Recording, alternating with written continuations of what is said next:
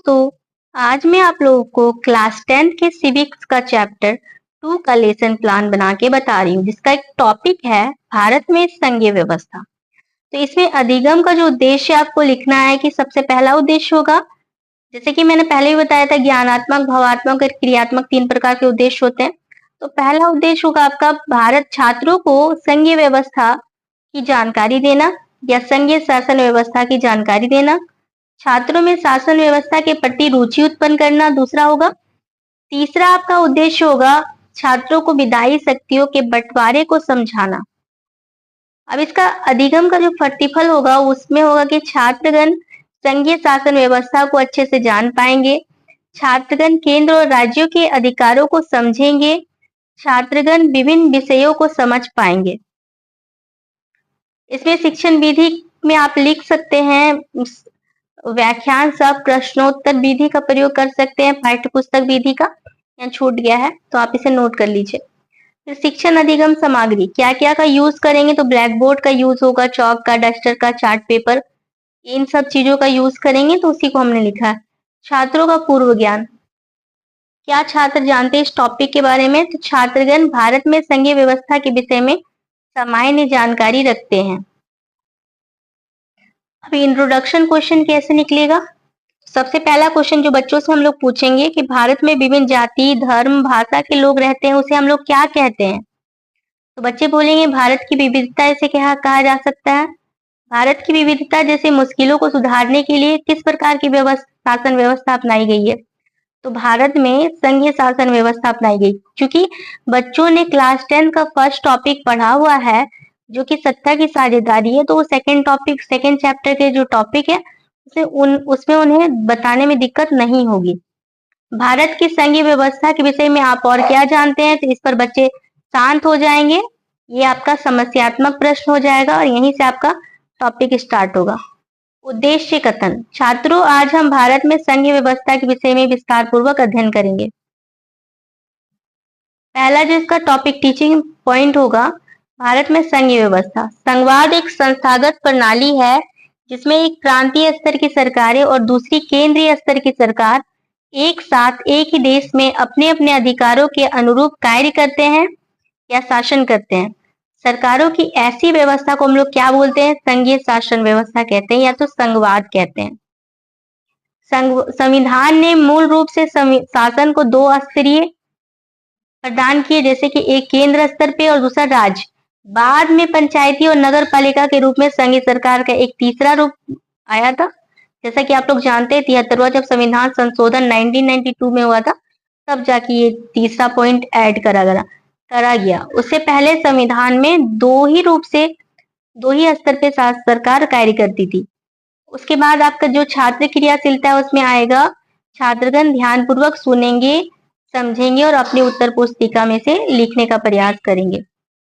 श्यामपट्ट कार्य में क्या आ जाएगा, ये आप इस तरह से डायग्राम बना दीजिएगा बोर्ड पे, केंद्र सरकार, राज्य सरकार, स्थानीय सरकार। और आपके पास चार्ट पेपर होगा तो आप अपने लेसन प्लान की बुक में ब्लैक वाला चार्ट पेपर लगाइएगा। शासन व्यवस्था का ऊर्ध्वाधर वितरण जिसे हम लोग कहते हैं, ये हो गया ऊर्ध्वाधर वितरण हो गया ये वाला। और इसके अलावा जो आपका यहाँ पे संघवाद का ऐसे ही मैंने छोटा सा बनाया है। संघवाद एक संस्थागत प्रणाली है जिसमें प्रांतीय स्तर की सरकार और दूसरी केंद्रीय स्तर की सरकार एक साथ कार्य करती है, उसे संघवाद कहते हैं। और इसमें त्रिस्तरीय शासन व्यवस्था को भी मैंने दिखा दिया है। अब यहाँ पे आ जाता है आप लोगों का मूल्यांकन। अपेक्षित शिक्षण अधिगम का जो मूल्यांकन का क्वेश्चन होगा वो क्या होगा, संघवाद क्या है। सबसे पहला क्वेश्चन पूछ सकते हैं बच्चों से, संघवाद क्या होता है, भारत में कितने स्तर की सरकार है, वर्तमान में कितने स्तर की है, पहले कितने थी, ऐसे करके भी आप क्वेश्चन निकाल सकते हैं। दूसरा शिक्षण बिंदु आ जाएगा विधायी शक्ति का बंटवारा। संविधान में स्पष्ट रूप से केंद्र और राज्य सरकारों के बीच विधायी अधिकारों को 3 हिस्से में बांटा गया है। पहला सूची होता है संघ सूची। संघ सूची में प्रतिरक्षा, विदेशी मामले, बैंकिंग, संचार, मुद्रा जैसे राष्ट्रीय महत्व के विषय शामिल होते हैं। पूरे देश में इन मामलों में एक तरह की नीतियों की आवश्यकता होती है। दूसरी हो गई राय सूची। राय सूची में क्या आ जाएगा, पुलिस हो जाएंगे, व्यापार हो जाएंगे, वाणिज्य हो जाएंगे, कृषि, सिंचाई जैसे प्रांतीय और स्थानीय महत्व के विषय शामिल है। राय सूची में वर्णित विषयों में से के बारे में राज्य सरकार ही कानून बना सकती है। इसके अलावा जो आता है आपका समवर्ती सूची। समवर्ती सूची में शिक्षा, वन, मजदूर संघ, विवाह, गोद लेना और उत्तराधिकार जैसे विषय आते हैं, जो केंद्र और राज्य सरकार की साझी दिलचस्पी में आते हैं। तो ये तीनों चीज आपने संघ, राज्य और केंद्र समवर्ती सूची के बारे में जान लिया। उसके बाद इसमें भी स्टूडेंट क्रियाशीलता में छात्रगण ध्यान देंगे, छात्रगण कक्षा में शांति बनाए रखेंगे, ऐसे भी आप लिख सकते हैं। अब ब्लैक बोर्ड वर्क में फिर आप ये डायग्राम के रूप में बना दीजिएगा। विधायी अधिकारों का बंटवारा, संघ सूची, राज्य सूची, समवर्ती सूची। संघ सूची में क्या क्या आ जाएंगे? प्रतिरक्षा, संचार, विदेशी मामले। राज्य सूची में पुलिस, व्यापार, वाणिज्य, कृषि। समवर्ती सूची में शिक्षा, वन, मजदूर संघ, गोद लेना। और केंद्र सरकार इसमें कानून बनाती है, इसमें राज्य सरकार और इसमें केंद्र और राज्य दोनों मिलकर कानून बनाते हैं। इसमें अधिक देखिए, अब इस क्वेश्चन जो आपका आएगा मूल्यांकन क्वेश्चन, तो आपका आ जाएगा संघीय सूची में कानून कौन बनाता है, समवर्ती सूची क्या होता है, और राज्य सूची के मामले में को कहाँ पे रखा गया है, या फिर राज्य सूची में किन किन मामलों को रखा गया है। अब इसका आ गया पुनरावृत्ति। भारत में किस प्रकार की शासन व्यवस्था है एवं ये क्यों जरूरी है, इससे बताइए। आप इस तरह से पूछ सकते हैं, संवाद क्या है, इसको भी आप फिर से रिपीट करके पूछ सकते हैं। या तो समवर्ती शिक्षा को क्यों समवर्ती सूची में रखा गया, ये भी पूछ सकते हैं।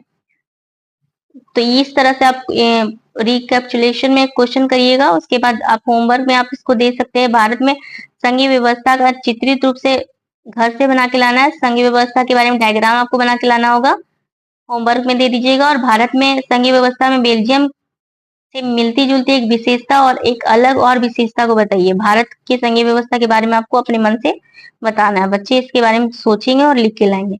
देखिए यहाँ पे लिखा है बनाए गए टीएलएम का 4 फोटो। आप इस तरह से, ये तो मैंने डायग्राम बनाया था इसलिए उसका फोटो लगा दिया ब्लैक बोर्ड का। जब बुक का यूज मैं कर रही थी इसलिए बुक का भी फोटो लगाया। यहाँ पे त्रिस्तरीय संसार दिखाने के लिए मैंने यहाँ पे डायग्राम लगा दिया है। और इसके अलावा क्लास लेते हुए 2 फोटो लगाना है आपको। तो आप जब पढ़ाइए तो उसी टाइम फोटो ले लीजिएगा। फिर छात्रों का फीडबैक भी लेना जरूरी होता है, जिन्हें समझ में आएगा वो लोग इस तरह से फीडबैक देंगे। इसके अलावा यहाँ पे अपना नाम और हस्ताक्षर करना है। यहाँ पे प्रधानाचार्य से हस्ताक्षर करना है या विषय शिक्षक से हस्ताक्षर करना है। उम्मीद करती हूँ आपको ये वीडियो अच्छा लगा होगा। अगर अच्छा लगा होगा तो लाइक करें, शेयर करें, कमेंट करें और सब्सक्राइब भी करें। और भी आपको किसी टॉपिक के बारे में जानना हो तो आप कमेंट कर सकते हैं। धन्यवाद।